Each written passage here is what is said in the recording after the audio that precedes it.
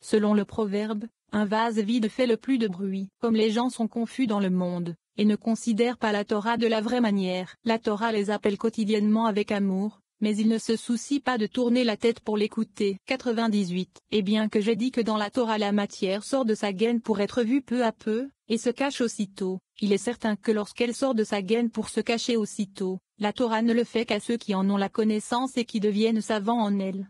99. Elle est comparée à une belle et belle bien-aimée, qui se cache dans le secret de sa chambre. Elle a un amant inconnu des hommes, qui se cache. Cet amant, pour l'amour qu'il lui porte, passe toujours autour de la porte de sa maison et regarde partout. Elle sait que son amant passe toujours autour de la porte de sa maison. Alors elle ouvre une petite ouverture dans cette chambre cachée quand elle reste, et révèle son visage à son amant. Puis, immédiatement, elle se cache à nouveau. Aucun de ceux qui étaient avec l'amant n'a regardé ou observé, sauf l'amant seul, dont les entrailles, le cœur et l'âme vont vers elle. Et il sait que, pour l'amour qu'elle lui porte, elle lui est révélée un instant pour susciter son amour. Il en est ainsi de la Torah qui n'est révélée qu'à son amant. La Torah sait que le sage fait les 100 pas autour de sa porte chaque jour. Alors elle lui révèle son visage de l'intérieur de la chambre et retourne immédiatement à sa place pour se cacher à nouveau. Aucun de ceux qui l'accompagnent ne la connaît ou ne la voit, mais c'est lui qui la cherche, et ses entrailles, son cœur et son âme la poursuivent. Ainsi, la Torah est révélée et cachée et va amoureusement vers son amant pour susciter l'amour avec lui. 100. Venez et voyez, telle est la voie de la Torah. Au début, quand elle commence à être révélée à l'homme,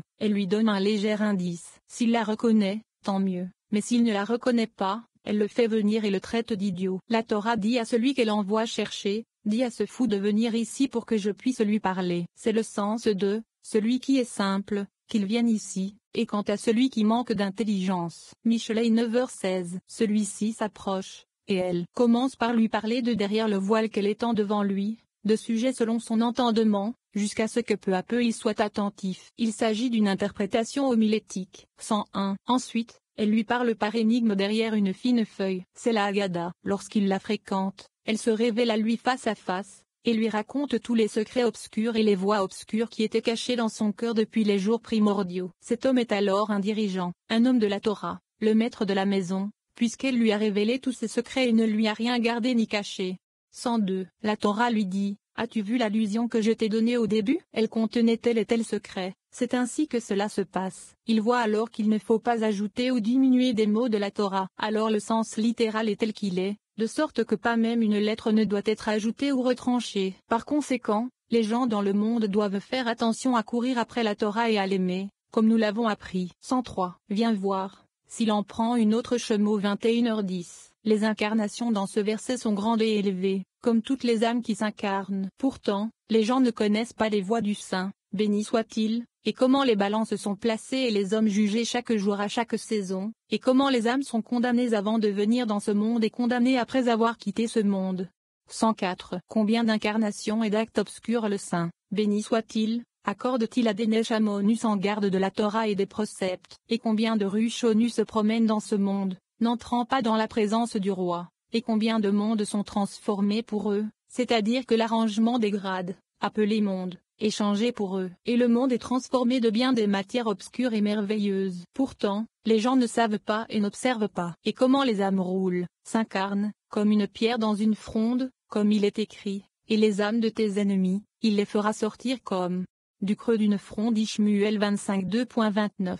Il révèle maintenant que toutes les Neshamot émergeant du grand arbre fort qui est la rivière qui sort d'Éden, qui est Zahir Ampin, et que toutes les ruchots émergeant d'un autre arbre plus petit qui est Malkou, ils s'unissent en tant que mâle et femelle, et lorsqu'ils s'unissent, on les appelle une bougie car ils brillent d'une grande lumière. La Neshama est enveloppée dans le Rua afin d'être là-haut, dans le jardin d'Éden supérieur, dans la chambre cachée. Le Nefesh ne vient pas là, mais lorsque la Neshama et le Rua descendent dans le jardin d'Éden inférieur, ils sont revêtus d'un autre esprit, l'âme d'un converti. L'explication porte sur le concept du mariage Lévira suite au décès d'un homme qui n'a pas laissé d'enfant. Le marchand parle des 7 terres, Érot, terre, Adama, sol, Gé, vallée, Nishia, oubli, Tsia, désert, Tovel, monde, et Arka. 105. Il est maintenant temps de révéler que toutes les Neshamot émergeant du grand arbre fort, qui est la rivière qui sort de l'Éden, nommée Zahir Ampin, et que toutes les ruchots émergeant d'un autre petit arbre, qui est Malkout. Un Neshama émerge du haut et un Rua du bas,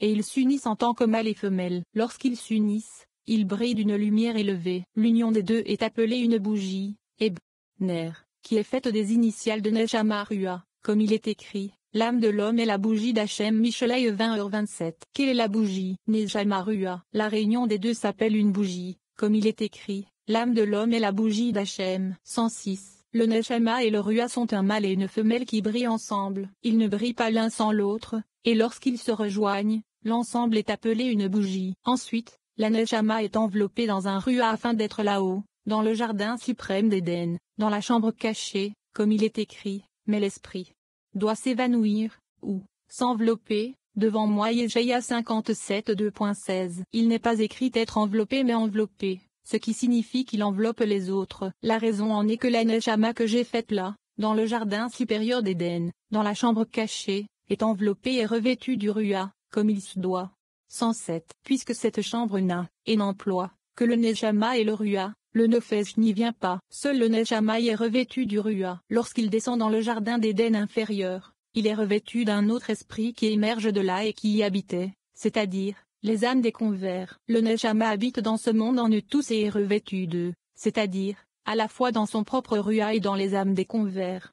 108. Ce Rua qui sort de ce monde, n'ayant ni grandi dans ce monde, c'est-à-dire, n'avait pas d'enfant, s'incarne et ne trouve aucun repos. Il s'incarne dans ce monde comme une pierre dans une fronde, jusqu'à ce qu'il trouve un rédempteur pour le racheter, c'est-à-dire un homme de la famille pour épouser son époux, et le place dans le vaisseau même qu'il a employé et auquel il s'est attaché en Rua et Nefesh, et qui était son épouse, esprit à esprit, c'est-à-dire son époux. Ce rédempteur l'établit comme avant, c'est-à-dire qu'il l'introduit dans le fils né de sa veuve, de sorte qu'il revient à la vie dans ce monde comme avant. 109. L'esprit qu'il a laissé avec elle dans sa vie antérieure, comme on dira que le mari laisse dans son épouse un esprit dans sa vie antérieure, qui s'attache à ce vaisseau, c'est-à-dire à son épouse, puisqu'il n'est jamais absent d'elle, même après sa mort, n'est pas perdu. Car il n'y a rien dans le monde, si petit soit-il, qui n'ait un endroit ou un support où se cacher et où aller, et ce n'est jamais perdu. L'esprit qu'il a laissé dans ce vase est donc là, et il suit sûrement sa racine et son fondement d'où il est venu, à savoir, l'époux qui est mort sans enfant. Il l'amène et l'établit à sa place, c'est-à-dire à la place de l'esprit, qui est son épouse qui est sortie avec lui, c'est-à-dire, société anonyme femme. Là, il est nouvellement construit, et il est maintenant une nouvelle créature dans le monde, un nouvel esprit et un nouveau corps. 110. Vous pouvez soutenir que l'esprit dans le nouveau-né est ce qu'il était auparavant, c'est-à-dire l'homme lui-même et non l'esprit qu'il a laissé avec elle quand il l'a incarné avant, qui n'est qu'une partie de lui. Il répond, il en est ainsi, mais il n'est établi dans le fils né que par le moyen de l'autre esprit qu'il a laissé dans ce vase, son épouse. Voici le plus secret des mystères. Dans le livre d'Enoch,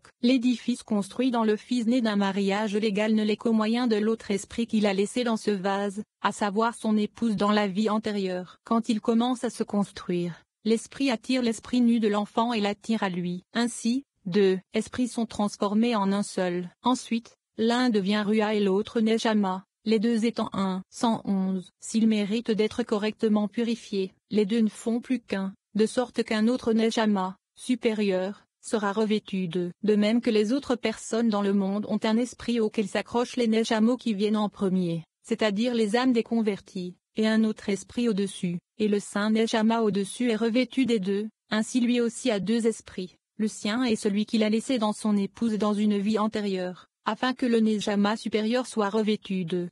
112. Il se demande, maintenant qu'il a un corps nouvellement construit par le mariage levier, ce qu'il faut faire du premier corps qu'il a laissé, soit l'un, soit l'autre est vain. Selon l'entendement humain, il semble que le corps antérieur qui n'a pas été achevé le premier soit perdu, parce qu'il n'a pas acquis de mérite. Si tel est le cas, c'est en vain qu'il s'est occupé des préceptes de la Torah, même s'il n'a traité qu'un seul d'entre eux. Or, nous savons que même le peuple d'Israël le plus ignorant est plein à craquer de préceptes. Ainsi, celui-ci, bien qu'il n'ait pas été complet en procréant, en méritant et en se développant dans le monde, a gardé d'autres préceptes de la Torah et ne les a pas perdus. Était-ce pour rien? 113. Amis, ouvrez les yeux, car je sais que vous pensez et savez que tous ces corps sont notés pour la distinction en vain, qu'ils n'ont pas d'existence éternelle. Il n'en est rien, nous ne devons pas nous pencher sur ces questions. 114. Le vieil homme a commencé par, qui peut exprimer les actes puissants d'Hachem, qui peut déclarer toutes ses louanges. Tehillim 106:2. Qui dans le monde peut parler des actes puissants que le Saint, béni soit-il, accomplit constamment dans le monde. Le premier corps qu'il a laissé n'est pas perdu. Il existera dans le futur à venir, car il a déjà reçu une punition de plusieurs manières. Et le Saint, béni soit-il, ne retient la récompense d'aucune créature qu'il a créée, à l'exception de celles qui se sont éloignées de la foi en lui, et qui n'ont jamais eu rien de bon en elles, et de celles qui ne se sont pas inclinées à Modim dans la prière de la Hamida. Dès ceux-là, le Saint, béni soit-il, fait d'autres créatures, car ce corps ne sera pas construit sous une forme humaine et ne ressuscitera jamais. Mais il n'en est pas ainsi pour ceux qui sont morts sans enfant. 115. Si l'esprit s'est amélioré dans ce monde dans cet autre corps, qu'a fait le Saint, béni soit-il, l'esprit du Rédempteur qu'il a racheté, c'est-à-dire son frère, qu'il a mis là-dedans et qu'il a mélangé avec l'esprit qui était dans ce vase, que son frère a laissé dans son ancienne vie, n'est certainement pas perdu. Qu'en sera-t-il, puisqu'il y a là trois esprits? Le premier est l'esprit qui était dans le vase et qui est resté, c'est-à-dire que son frère mort a légué dans Société Anonyme Dernière Vie. Un autre est l'esprit du frère mort lui-même qui est dessiné là, qui était nu, sans enfant. Un autre encore est l'esprit que le Rédempteur y a mis, nommé le Knsman, et qui s'est mêlé à eux. Que trois esprits soient là, c'est impossible. Que faut-il faire? 116. Ce sont les actes puissants et élevés que le Saint, béni soit-il, accomplit. L'âme est revêtue de l'esprit que le Rédempteur y a mis, au lieu du vêtement des âmes des convertis. L'esprit de l'homme mort, nu et sans enfant, qui est retourné pour être reconstruit à nouveau, servira de vêtement à l'âme céleste. L'esprit qui était là auparavant, qui est resté dans ce vaisseau, ainsi que l'esprit que son mari mort a laissé lui de Société Anonyme Vie précédente, s'envole de là, et le Saint, béni soit-il, arrange un endroit dans le secret de la fenêtre dans le rocher derrière le fond du jardin d'Éden où il se cache. Il s'élève vers l'ancien corps que celui qui est mort sans enfant avait auparavant. Avec cet esprit, ce corps s'élèvera à la résurrection des morts. C'est celui qui est deux, que j'ai mentionné. 117. Mais la punition de ce corps, jusqu'à ce qu'il ressuscite et ressuscite, est grande, car il n'a pas mérité d'être développé par des enfants. Aussi est-il descendu dans l'Adama, près d'Arca. Car il y a cette terre, Érot, terre, Adama, sol, Gé, vallée, Nishia, oubli, Tsia, désert, Tovel, monde. Là, il est puni. Puis il est amené jusqu'au Tovel, où nous sommes, et il descend de nouveau vers Adama. Maintenant il monte et maintenant il descend. Il n'a pas de repos, sauf les Shabbatos, les jours fériés et les premiers jours des mois. 118. Ce sont ceux qui dorment dans la poussière de la terre. La terre est appelée ainsi puisqu'elle vient d'Adama. La poussière est appelée ainsi puisqu'elle vient de Tovel. Dès ceux-là, il est écrit, et beaucoup de ceux qui dorment dans la poussière de la terre, Adama, se réveilleront, les uns pour la vie éternelle, les autres pour la honte et le mépris éternel. Daniel 12:2.2. Si l'esprit nu, c'est-à-dire l'esprit de celui qui est mort sans enfant, était digne de revenir dans le monde comme avant, dans l'enfant né du mariage les verra, pour se perfectionner, il est méritoire. Car l'esprit qu'il a laissé dans son épouse dans sa vie antérieure, et dont nous avons dit qu'il était caché dans le rocher, sera corrigé dans le corps antérieur que l'enfant décédé a laissé derrière lui. Dès ceux-ci, il est écrit, les uns pour la vie éternelle, les autres pour la honte, c'est-à-dire tous ceux qui n'ont pas atteint la perfection.